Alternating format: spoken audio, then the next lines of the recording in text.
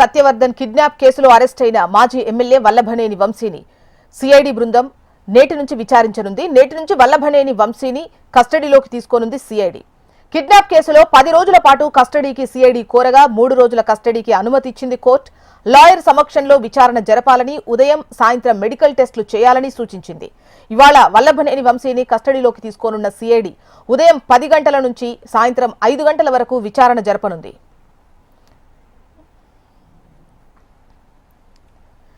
Satyavardhan kidnap కేసులో arrest అయిన మాజీ ఎమ్మెల్యే వల్లభనేని వంశీని సిఐడి బృందం నేటి నుంచి విచారించనున్నట్లు తెలుస్తోంది. డీటెయిల్స్ మనకు కాంతి అందిస్తారు. కాంతి.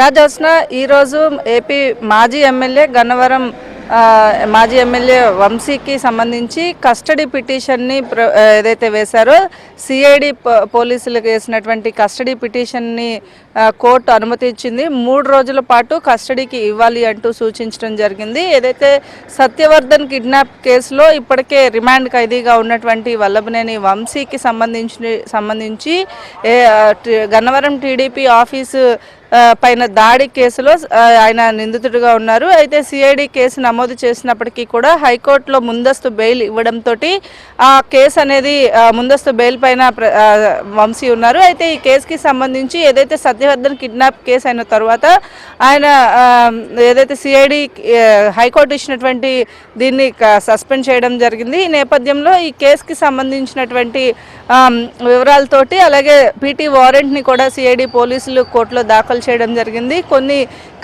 గన్నవరం టీడీపీ కార్యాలయం దాడి కేసులో కొన్ని ఏవైతే ఆయన నుంచి విచారణ చేయాల్సి ఉంది, కొన్ని వాస్తవాలు ఏవైతే ఉన్నాయో, ఎందుకు ప్రేరేపించాల్సి వచ్చింది, ఎందుకు దాడి చేయాల్సి వచ్చింది, అసలు ఆ రోజు జరిగినటువంటి సంగతులు ఏంటి అనే విషయానికి సంబంధించి విచారణ చేయాల్సి ఉన్నట్లుగా సిఐడి పోలీసులు పిటిషన్ దాఖలు చేశారు. అయితే 3 రోజుల పాటు కస్టడీకి తీసుకునేందుకు అనుమతి ఇవ్వడంతో అలాగే ఆ 3 రోజులు కస్టడీలో ఉన్న సమయంలో ఉదయం సాయంత్రం మెడికల్ చెకప్తో పాటుగా ఉదయం 10 గంటల నుంచి సాయంత్రం 5 గంటల వరకు ఈ విచారణ అనేది చేసేందుకు అనుమతి ఇవ్వడం జరిగింది. దీంతో పాటు ఆయన తరపున లాయర్ సమక్షంలో ఇదంతా కూడా జరగాలి అని కూడా ఆదేశాలు ఇచ్చిన నేపథ్యంలో ఈ రోజు నుంచి 3 రోజుల పాటు సిఐడి పోలీసులు వంశీని కస్టడీలోకి తీసుకుని విచారించే అవకాశం కనిపిస్తూ ఉంది. మరొక వైపు వంశీ ఆరోగ్య పరిస్థితుల దృష్ట్యా ఆయన పడుకోవడానికి ఒక మంచం, అలాగే తినడానికి ఇంటి నుంచి హోమ్ ఫుడ్ ఇవ్వాలి అని చెప్పి, అలాగే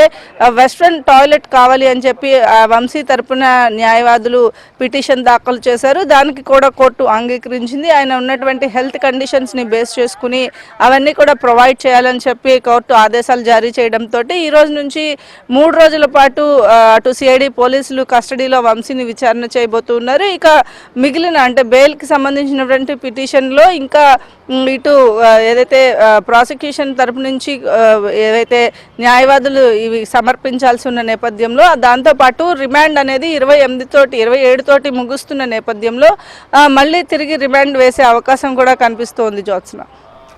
రైట్ కాంతి.